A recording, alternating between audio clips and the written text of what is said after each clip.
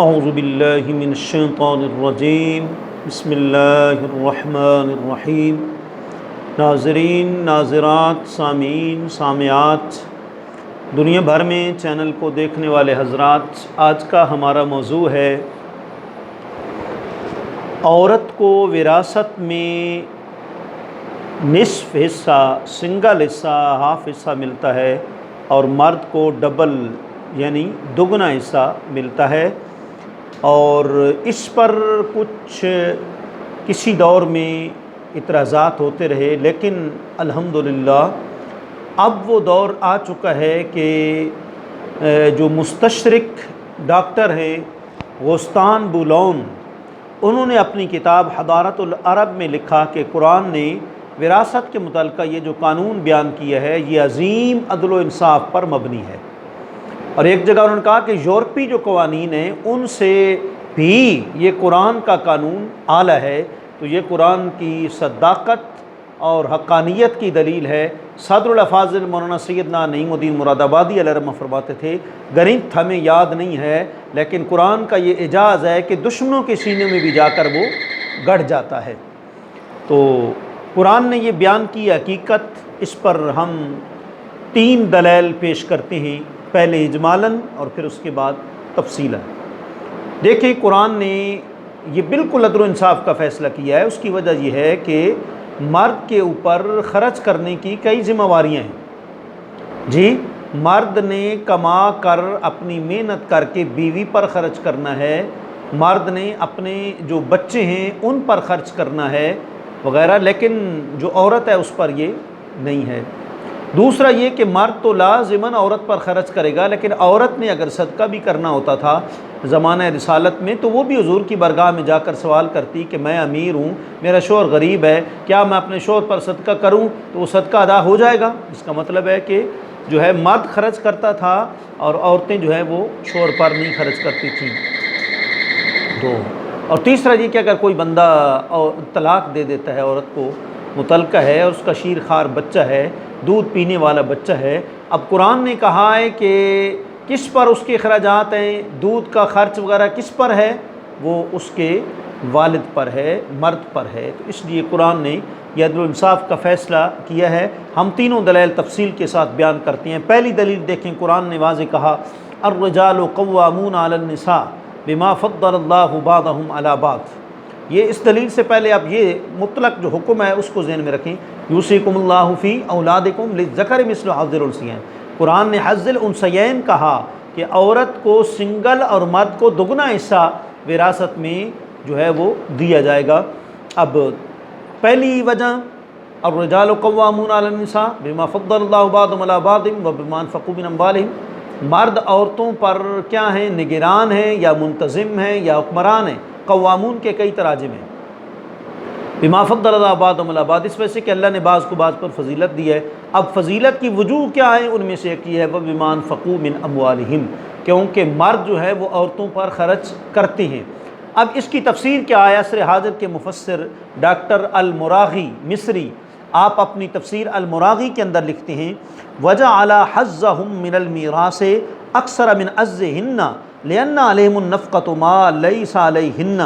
Doctor صاحب اسی آیت کی جو ہے یوسی کی وبما انفقوا کی تفسیر میں فرماتے ہیں اللہ تعالیٰ نے میراث میں مردوں کا عورتوں کے حصے سے زیادہ حصہ مقرر فرمایا، کیونکہ ان پر خرچے کی ذمہ داری ہے، وہ عورتوں پر نہیں ہے۔ جی، تو یہ پہلی مضبوط دلیل ہے۔ دوسری دلیل، بیوی کا صدقہ و خیرات جو ہے وہ کرنا، وہ مرد کو دینا کیا جائز ہے ناجائز ہے؟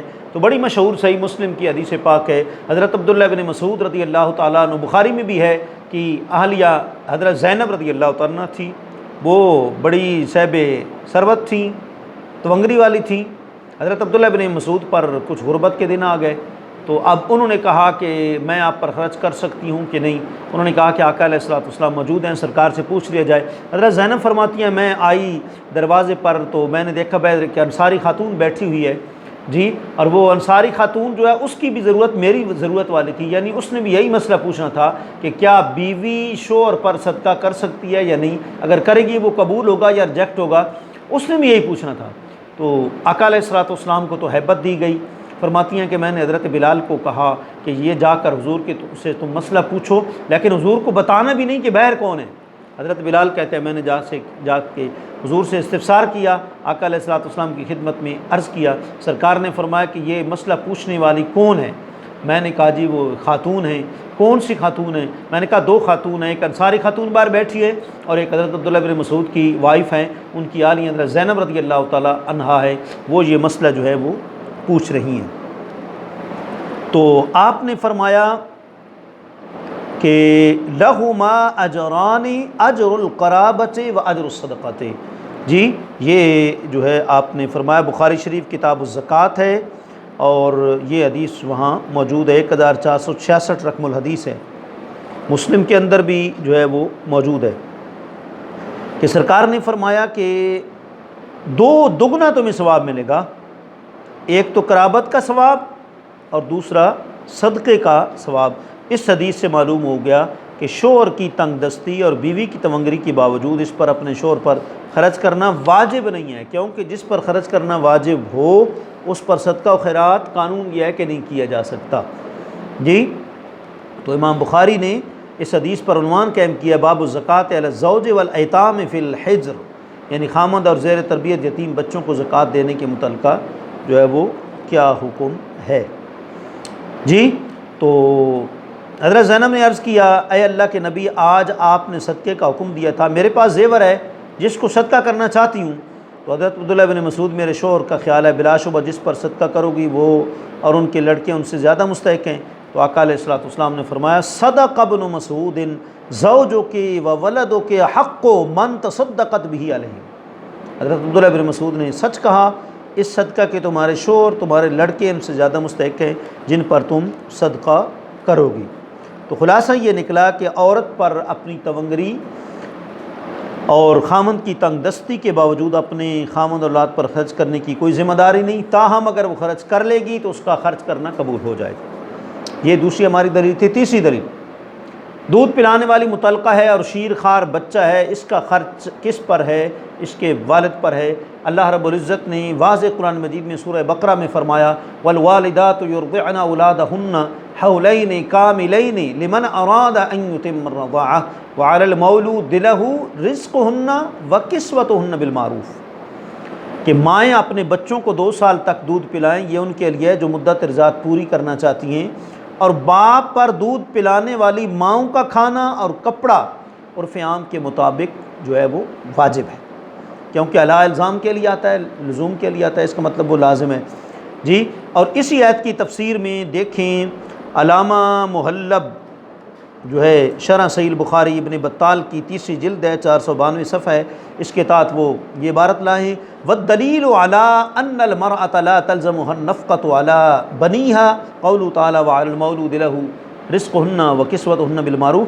آپ فرماتے ہیں کہ یہ جو آیت ہے والوالدات یرضعن، اس آیت کے اندر اس بات کی دلیل موجود ہے کہ عورت کے ذمے اپنے بیٹے کا خرچ نہیں ہے، کیونکہ اللہ نے فرمایا باپ کے ذمے ان کا کھانا اور کپڑا اور فیام کے مطابق واجب ہے۔ تو بچے کو دودھ پلانے والی متعلقہ ماں کا خرچہ بھی والد کے ذمے ہی ہوتا ہے۔ جی یہ بھی جو ہے تفسیر کے اندر، تفسیر شوکانی کے اندر، فتح القدیر کے اندر موجود ہے۔ لکھتے ہیں کہ وفی ذالک دلیل علی ان وجوب ذالک علی الآباء للأمہات المرضعات وهذا في المطلقات واما غیر المطلقات فنفقتهن وکسوتهن واجبۃ علی الازواج من ارضاعهن للاولاد۔ جی فتح القدیر پہلی جلد 372 صفحہ ہے۔ تو شوکانی کہتے ہیں کہ اس میں اس بات کی دلیل ہے کہ دودھ پلانے والی ماؤں کا خرچہ باپوں کے ذمے ہے، اور یہ بات طلاق یافتہ دودھ پلانے والی ماؤں کے لیے ہے، غیر متعلقہ عورتوں کا خرچہ اور کپڑا تو بچوں کو دودھ پلائے بغیر بھی خامد ہی کے ذمے ہوتا ہے۔ تو یہ اور پھر آخر میں ہم آخری بات ڈاکٹر جو ہے ایک مستشرق فرانسی ڈاکٹر جو ہے غوستان لوبان، ان کی رائے کا ذکر بھی مناسب سمجھتے۔ وہ کہتے ہیں قرآن کے بیان کردہ وراثت کے قوانین میں عظیم عدل و انصاف ہے۔ ان کی کتاب ہے حضارت العرب اور صفحہ اس کا ہے 474، اس پر یہ موجود ہے۔ اور دوسری جگہ وہ لکھتے ہیں اسی کتاب میں دوسرے مقام پر قرآن کے عورت کو عطا کردہ وراثت کے حقوق ہمارے اکثر یورپی قوانین سے بھی اعلیٰ ہیں۔ جی سبحان اللہ، قرآن کی صداقت کا اعتراف ہے، قرآن کے احکام کی صداقت کا اعتراف ہے۔ تو خلاصہ یہ نکلا کہ وراثت میں بیٹی کے مقابلے میں بیٹے کا حصہ دگنا ہے، اور کیونکہ اس کی ذمہ داریاں دگنا ہیں۔ اللہ کریم ہمیں جو ہے وہ وراثت کے احکام سمجھانے کی توفیق عطا فرمائے۔ وآخر دعوانا الحمدللہ رب العالمین۔